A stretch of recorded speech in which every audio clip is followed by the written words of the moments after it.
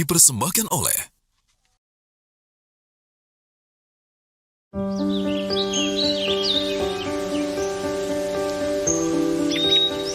Cita-cita memiliki sekolah yang nyaman dan aman kini bukan lagi mimpi bagi anak-anak ini. Sebelumnya mereka sempat dihantui rasa takut melihat langit-langit sekolah mereka sudah menjuntai, serta besi penyangga tembok pun sudah menganga akibat dinding yang terkikis. Kini, bangunan sekolah serta fasilitas pendukungnya sudah lebih layak. Semua tak lepas dari program revitalisasi pendidikan dari Kementerian Pendidikan Dasar dan Menengah Republik Indonesia. Berikut, kisah pendidikan bermutu di kaki Gunung Rinjani. Mimpi anak bangsa untuk menjadi besar salah satunya diwujudkan lewat bangku sekolahan. Di pelosok Indonesia banyak anak bangsa yang punya mimpi besar. Tapi, terkadang fasilitas yang kurang layak jadi batu sandungan. Disitulah negara hadir untuk bantu mereka menggapai mimpinya. Termasuk di Desa Waringin, Kecamatan Suralaga, Kabupaten Lombok Timur, Nusa Tenggara Barat. Kondisi sekolah kami memang pada saat sebelum direvitalisasi itu memang bangunannya itu sudah kondisinya agak rusak berat. Semuanya termasuk ini di ruang kelas 3 kelas ini itu pelapon-pelaponnya sudah jatuh, Pak. Kemudian gentengnya juga sudah bocor. Tembok-temboknya itu sudah pecah semuanya. Besi-besi yang dipakai dulu yang ditanam itu semuanya pecah. Dan sempat saya khawatir dulu dengan proses pembelajaran ini karena takutnya nanti pelapon-pelaponnya akan jatuh ketika musim hujan. Di SDN 1 Waringin, penantian sejak 2023 akhirnya menemui titik terang. Sejak adanya program revitalisasi sekolah yang dicanangkan Presiden Prabowo. Awalnya dulu di tahun 2023, semua sekolah, khususnya kami juga di SDN 1 Waringin itu mendaftar melalui Krisna. Jadi segala persyaratan-persyaratan yang diminta itu kami upload dulu. Waktu di tahun 2023. Dan di tahun 2024 ada perbaikan-perbaikan data. Sehingga infonya dulu sekolah ini kami akan mendapatkan DAK dulu. Setelah tahun 2025 muncullah revitalisasi. Alhamdulillah setelah diverifikasi sekolah kami dapat. Alhamdulillah kami warga sekolah sangat bersyukur mendapatkan bangunan dari pemerintah. Program revitalisasi satuan pendidikan merupakan mandat dari Instruksi Presiden Nomor 7 Tahun 2025 sekaligus bagian dari program hasil terbaik cepat. Sejumlah proses dilalui untuk akhirnya SDN 1 Waringin memenuhi syarat untuk mendapatkan bantuan revitalisasi. Pertama, kami diverifikasi oleh pihak PUPR. Kemudian yang kedua, kami juga harus memiliki sertifikat. Nah, itu harus dibuktikan dengan fisiknya juga. Kemudian dibuktikan dengan adanya lahan yang kosong dan luasnya juga.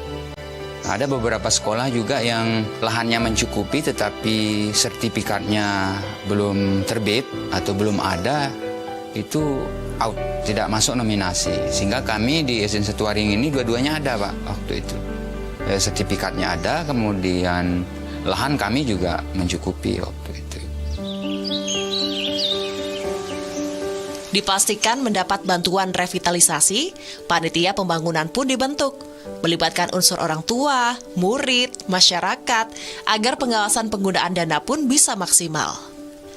Ini sesuai dengan program dari Kemdikdasmen bahwa revitalisasi dilakukan secara swakelola atau mandiri oleh sekolah, dengan prinsip transparan, akuntabilitas, dan partisipasi masyarakat. Akhirnya diputuskan dana digunakan untuk merenovasi 3 ruangan kelas, toilet, dan ruang administrasi, serta pembangunan toilet baru dan unit kesehatan sekolah. Proses renovasi dimulai dengan pembongkaran pada 28 Agustus 2025 lalu, mengikuti syarat 150 hari kerja yang ditetapkan Kemdikdasmen. Pihak panitia akhirnya bisa mencapai target dengan pengerjaan renovasi dan juga pembangunan selesai pada 15 Desember 2025. Salah satu yang paling disyukuri oleh para siswa adalah toilet yang baru. Sebab dulu mereka malas untuk buang air, bahkan harus pulang ke rumah karena toilet yang tidak layak. Kini, anak-anak tak ragu lagi untuk buang air di sekolah, tak perlu menahan ataupun harus pulang ke rumah. 5 ruang toilet baru dan 3 ruang toilet yang direnovasi cukup untuk memberikan rasa nyaman bagi 152 siswa dan 14 guru saat beraktivitas di sekolah. Dulu pas toilet itu belum jadi, saya selalu pulang untuk buang air besar ataupun buang air kecil. Sekarang setelah toilet baru jadi, saya tidak usah pulang lagi untuk buang air besar atau buang air kecil. Seneng, soalnya udah nggak bau. Selain itu, bersih nggak? Bersih, Terus kalau sekarang airnya lancar? lancar, Nah, kalau dulu emang gimana? nggak lancar. Saya menjadi senang dan enak untuk dipakai. Sebelum toiletnya diganti, ketika saya mau pipis, airnya tidak bersih untuk cuci anunya. Dan ketika toiletnya sudah diganti menjadi baru, saya senang. Akhirnya saya tidak pulang lagi untuk pipis. 3 ruang kelas ini dulunya adalah ruang penuh was-was. Plafon yang rapuh kini berganti langit-langit tinggi, menciptakan sirkulasi udara yang membebaskan siswa dari gerah dan rasa takut. Jadi setelah ruang kelas ini direvitalisasi, tentu kami bersama konsultan perencana dan pengawas itu ada peninggian tembok di situ. Yang dulunya anak-anak gerah sekali saat belajar, panas, guru-guru kayak seperti itu.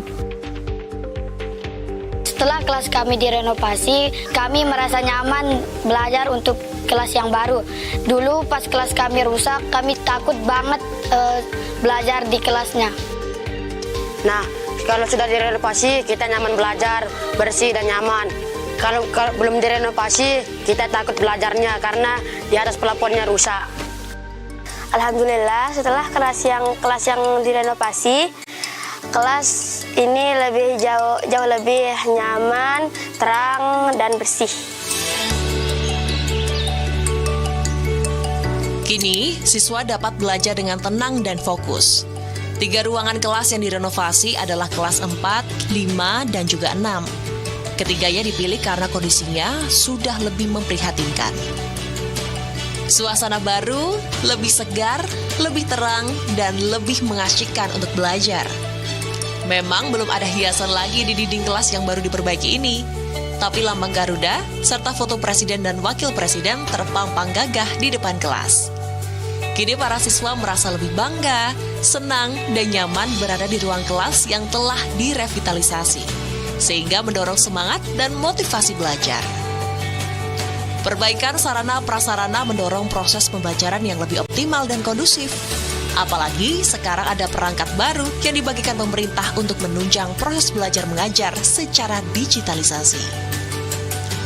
Papan Interaktif Digital atau PID jadi salah satu terobosan yang dilakukan Kementerian Dasar dan Menengah dalam revitalisasi pendidikan. Digitalisasi kini bisa sampai ke pelosok Indonesia, dan siswa pun mendapatkan haknya mengenal teknologi yang maju.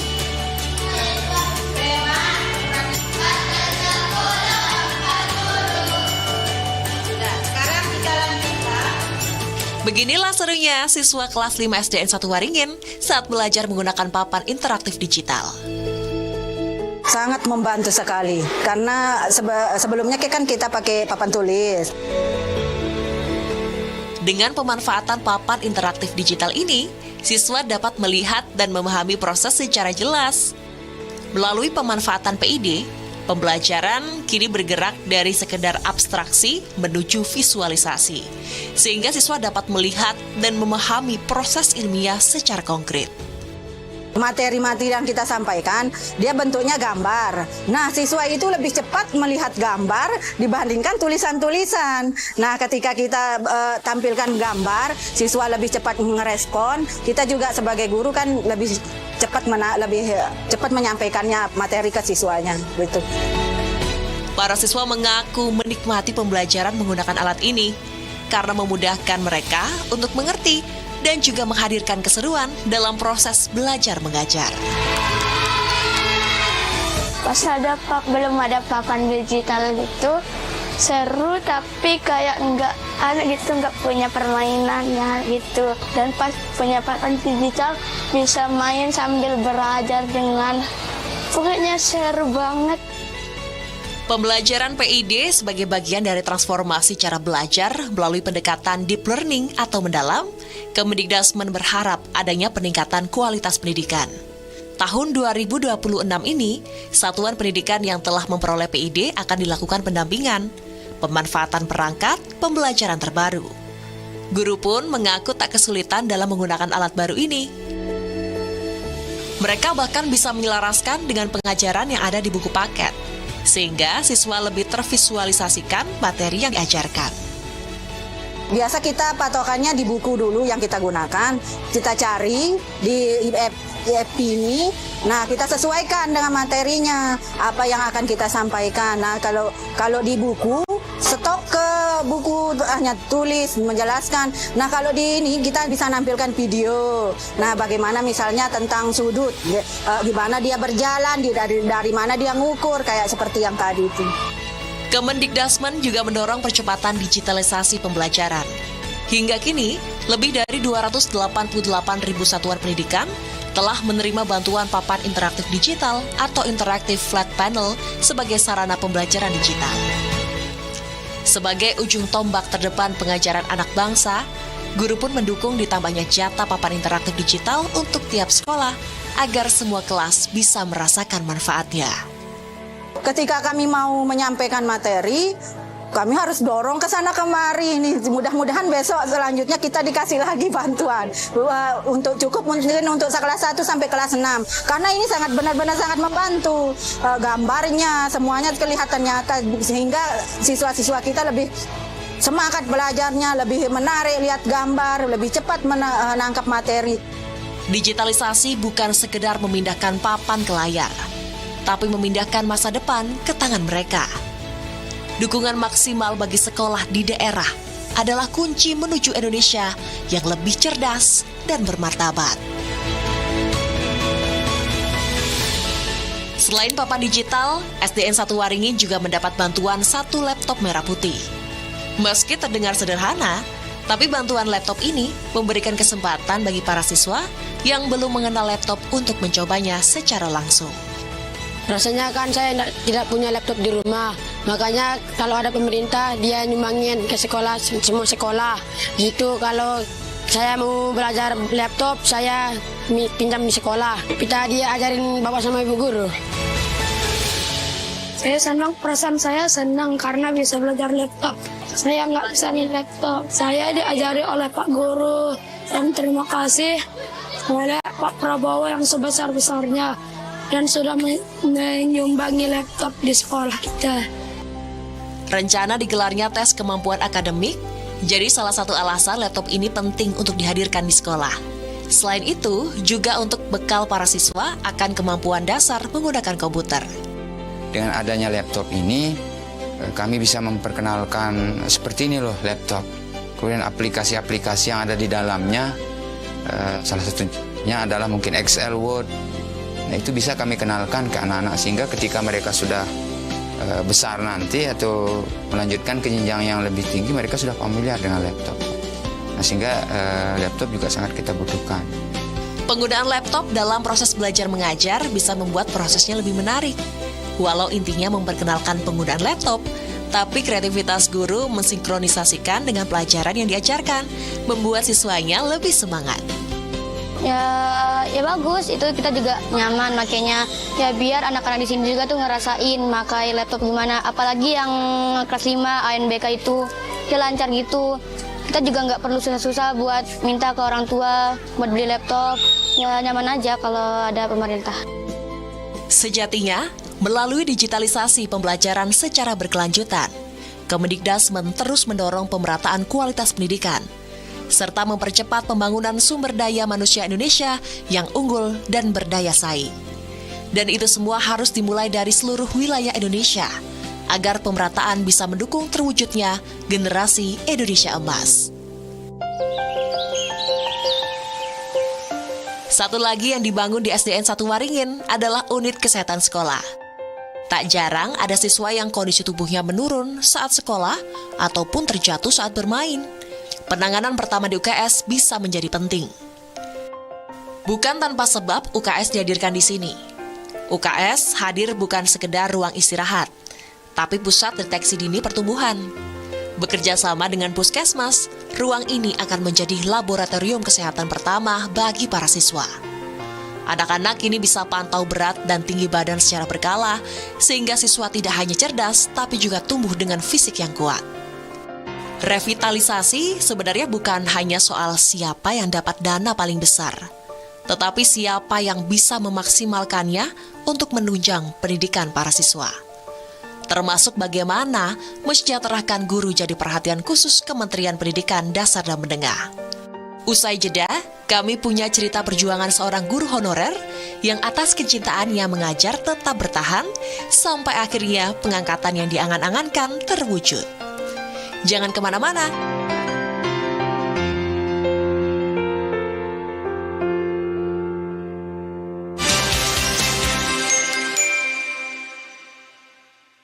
Dipersembahkan oleh Yuk bangun pagi biar kita bisa ngelakuin banyak hal yang seru dan berguna. Beribadah itu penting, biar aku lebih dekat sama Tuhan. Satu. Lagi pada ngitungin apa sih anaknya? Lagi berolahraga dulu Bu, biar makin semangat berangkat sekolahnya. Makan sehat dan bergizi, biar tenaga terisi. Gemar belajar itu penting banget. Soalnya kalau kita nggak belajar, bagaimana kita bisa mengetahui banyak hal? Hidup bermasyarakat itu seru. Soalnya kita bisa saling bantu. Tidur cepat agar besok bangun pagi dan siap jadi juara.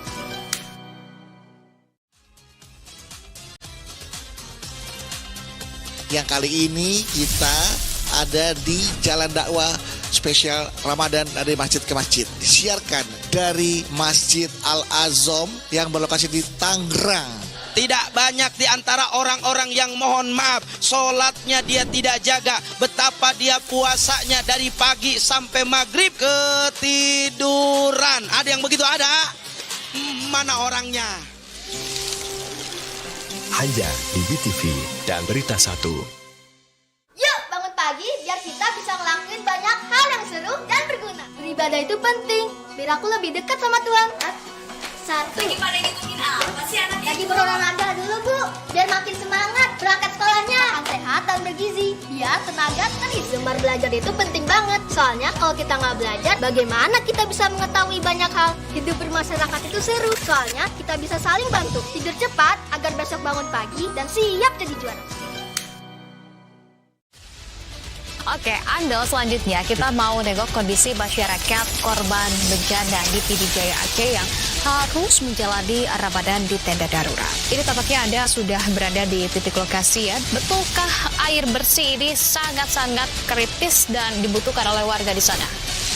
Halo selamat siang pemirsa, apa kabarnya dan sejumlah informasi tadi bersama dengan informasi yang menarik lainnya akan kami hadirkan. Inilah Berita 1 siang selengkapnya di Berita 1. Bersatu. Hanya di BTV dan Berita 1. Yuk bangun pagi biar kita bisa ngelakuin banyak hal yang seru dan berguna. Beribadah itu penting, biar aku lebih dekat sama Tuhan. Satu. Lagi pada ngitungin apa sih anaknya? Lagi berolahraga dulu Bu, biar makin semangat berangkat sekolahnya. Makan sehat dan bergizi, biar tenaga terisi. Gemar belajar itu penting banget. Soalnya kalau kita nggak belajar, bagaimana kita bisa mengetahui banyak hal? Hidup bermasyarakat itu seru. Soalnya kita bisa saling bantu. Tidur cepat agar besok bangun pagi dan siap jadi juara.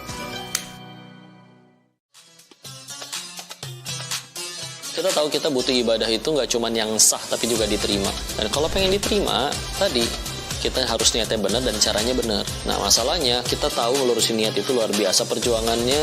Ini Rasul udah janji nih, kalau kamu baca ini terus sholat di malam hari, Allah akan terima sholat kamu. Maka yuk sahabat Ramadan, Jangan disia-siakan. Mumpung Ramadan. Kalau siang kita sibuk dengan dunia, setidaknya pas malam jangan lupa pulang ke Allah ya. Hanya di BTV dan Berita 1. Yuk bangun pagi biar kita bisa ngelakuin banyak hal yang seru dan berguna. Beribadah itu penting, biar aku lebih dekat sama Tuhan. Satu. Lagi pada ngitungin apa sih anaknya? Lagi berolahraga dulu Bu, biar makin semangat berangkat sekolahnya. Makan sehat dan bergizi, biar tenaga terisi. Gemar belajar itu penting banget, soalnya kalau kita nggak belajar, bagaimana kita bisa mengetahui banyak hal? Hidup bermasyarakat itu seru, soalnya kita bisa saling bantu. Tidur cepat agar besok bangun pagi dan siap jadi juara.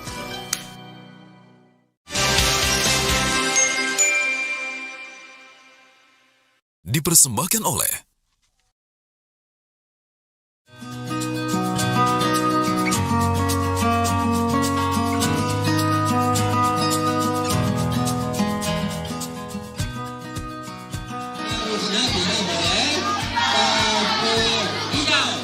Seringkali panggilan jiwa diuji oleh realita. Bagi Muhammad Habibur Rahman, menjadi guru adalah warisan keluarga. Namun bertahan hidup sebagai guru adalah sebuah perjuangan yang menjadi pilihannya.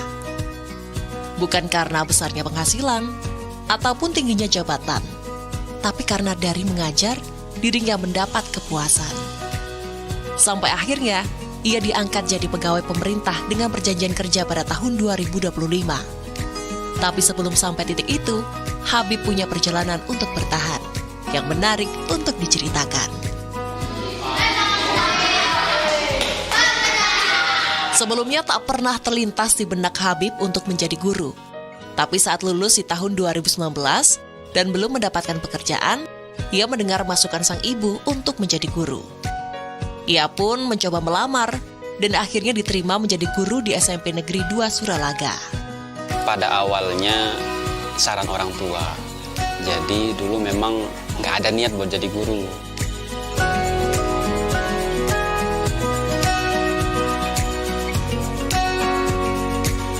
Cuma karena bapak guru, ibu juga guru, kakak-kakak semuanya guru, jadi saran dari ibu gimana kalau misalnya jadi guru juga gitu. Belum sempat kepikiran tapi akhirnya jadi guru juga. Jadi alhamdulillah kecebur di guru.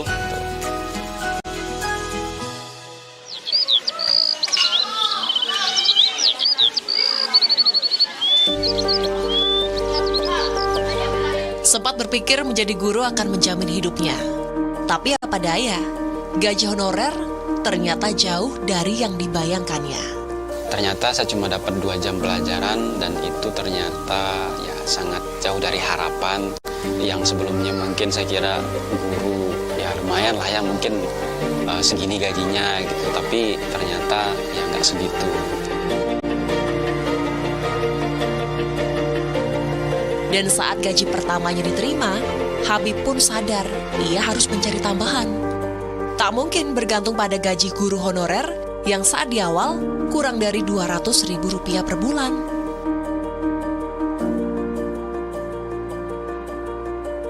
Gimana caranya biar dompet bisa terisi lah ya, biar bisa ya minimal kita jalan-jalan beli bakso lah atau apa untuk ngasih orang tua mungkin dan segala macam. Saat itu belum bisa.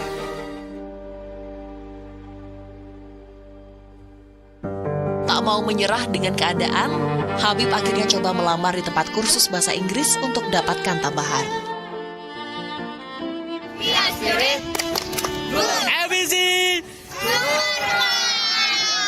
Siapa sangka, kecintaannya untuk mengajar justru tumbuh saat jadi guru kursus. Melihat anak ajarnya bisa berbicara langsung dengan turis asing, membuatnya merasa apa yang dilakukan berguna bagi orang lain. Gimana ketika mereka itu misalnya lancar berbahasa dan mereka praktik misalnya dengan orang luar negeri atau turis gitu, kepuasannya luar biasa banget sih. Gitu. Selain dari apa yang kita dapat.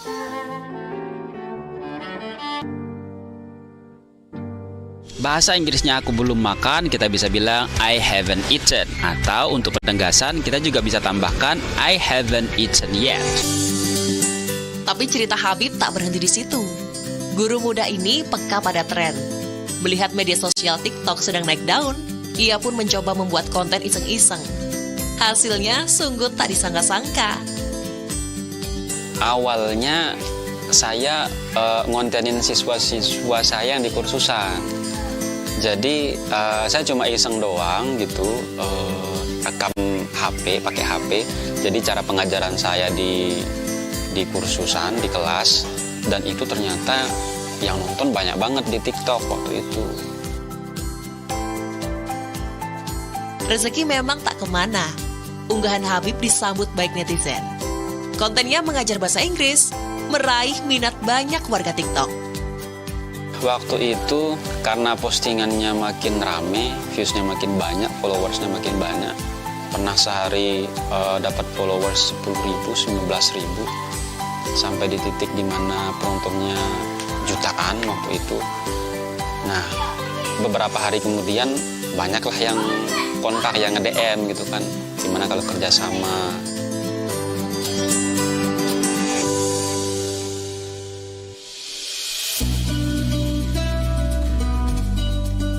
Bahkan ada yang memintanya untuk mengajar bahasa Inggris secara online. Kebanyakan pekerja migran Indonesia yang sudah berangkat tapi masih kurang kemampuan berbahasanya. Tapi cara buat bilangnya itu kadang kita udah stuck di sana. Kuncinya cuma satu sih, praktek.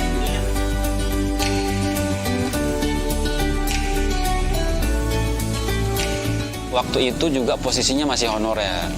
Dan itu yang jadi pemasukan yang lumayan lah daripada di sekolah kan. Tapi minusnya istirahatnya jadinya kurang. Jadi pagi sekolah, pulang ngajar online, kadang konten juga, sorenya juga online, malamnya juga online, kadang sampai jam 12 malam.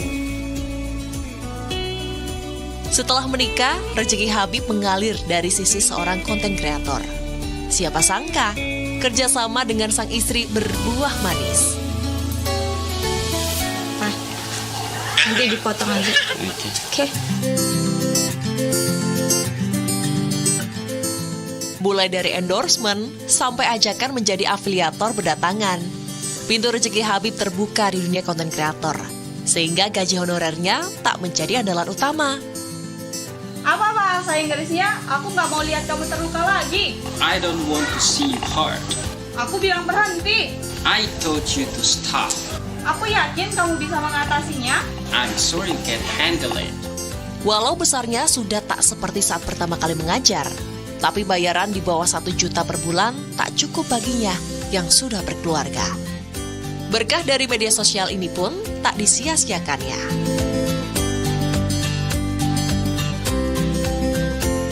Pintu rezeki lainnya terbuka. Ia ditawarkan untuk menulis buku terkait keahliannya, yaitu tentang pengajaran bahasa Inggris. Awalnya coba-coba, kini Habib sudah punya 4 buku.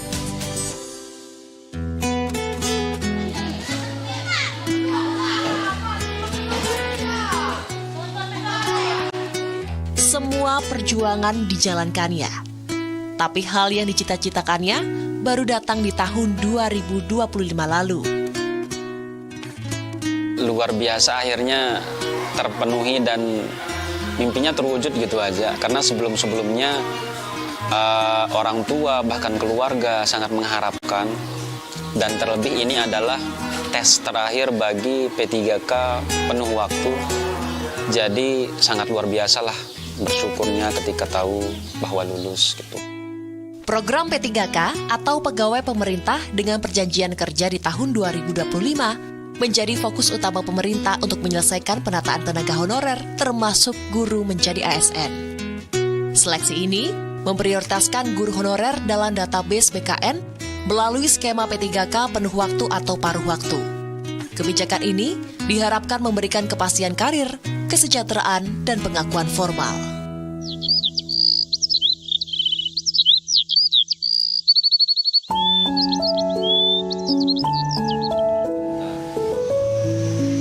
Kalau misalnya ketika jadi guru honorer dan di sebagian orang itu apa sih gitu, ini kayak nggak ada guna lah gitu pekerjaannya.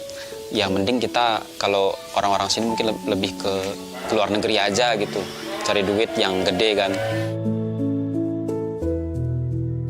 Dan kalau misalnya dibandingin sama guru yang sudah P3K full, ya statusnya naik, namanya ASN. Namanya ASN, ya mungkin status sosialnya naik dan lebih, kalau di sepengetahuan saya mungkin lebih dihormati. Bukan hanya dari sisi sosial, perubahan status menjadi ASN pun membuat Habib mendapatkan penghasilan yang lebih baik, layak bagi keluarga. Jadi kalau guru honorer itu tidak ada tunjangan anak, tidak ada tunjangan istri, tidak ada tunjangan yang lain-lain. Jadi kalau sudah P3K penuh waktu, tiap bulan kita aman, tunjangan istri ada, tunjangan anak ada. Jadi setidaknya tidak memikirkan bulanan lah. Dampaknya banyak perubahan sih, Mas. Yang sebelumnya hanya mengandalkan dari honorer dan konten, tapi akhirnya untuk saat-saat ini ketika lulus menjadi P3K penuh waktu, tidak seporsir dulu tenaganya. Jadi kalau dulu benar-benar memporsir diri bagaimana caranya biar ada penghasilan dari luar sekolah, tapi alhamdulillah sekarang ketika terangkat menjadi P3K penuh waktu, bisa terakomodir lah kebutuhan, dan kita juga bisa sisihkan untuk tabungan dan segala macam.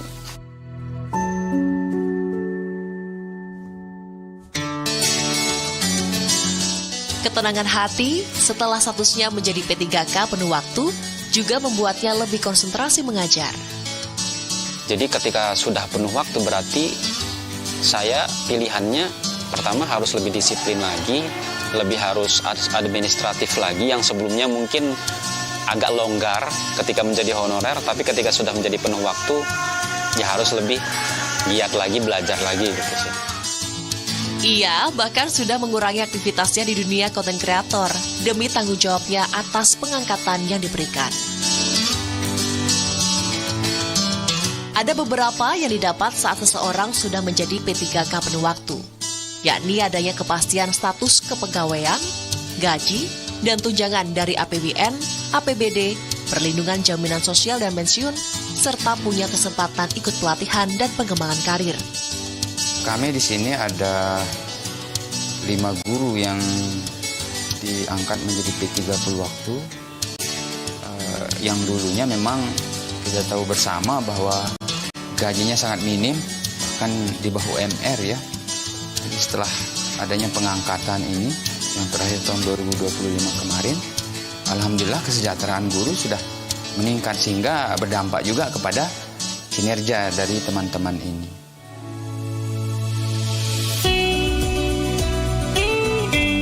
Kini, frekuensi kontennya mungkin berkurang, tapi kualitas dedikasinya berlipat ganda. Di SDN 1 Waringin, Habib tak lagi mencemaskan hari esok. Ia kini fokus memoles mutiara-mutiara Lombok Timur untuk masa depan Indonesia. Revitalisasi yang menyentuh SDN 1 Waringin adalah potret nyata bahwa jarak geografis bukan lagi penghalang bagi hadirnya keadilan pendidikan. Melalui ruang kelas yang kokoh, sanitasi yang layak, hingga teknologi digital yang mutakhir, negara sedang meletakkan fondasi martabat bagi generasi masa depan di pelosok Lombok Timur. Kini tak ada lagi atap yang mengancam atau fasilitas yang membatasi mimpi. Yang ada hanyalah ruang-ruang penuh inspirasi, tempat anak-anak bangsa berani menatap dunia dengan kepala tegak. Namun bangunan yang megah dan teknologi yang canggih hanyalah benda mati, tanpa kehadiran jiwa-jiwa pengabdi seperti Pak Habib dan para guru lainnya. Kepastian status dan kesejahteraan yang kini mereka terima bukan sekedar balasan atas kesabaran, melainkan bahan bakar baru untuk terus menyalakan pelita ilmu di hati setiap murid. Di SDN 1 Waringin, kita belajar bahwa ketika fasilitas bertemu dengan dedikasi, pendidikan Indonesia tidak lagi sekedar berjalan di tempat, melainkan sedang melompat jauh menjemput masa keemasannya.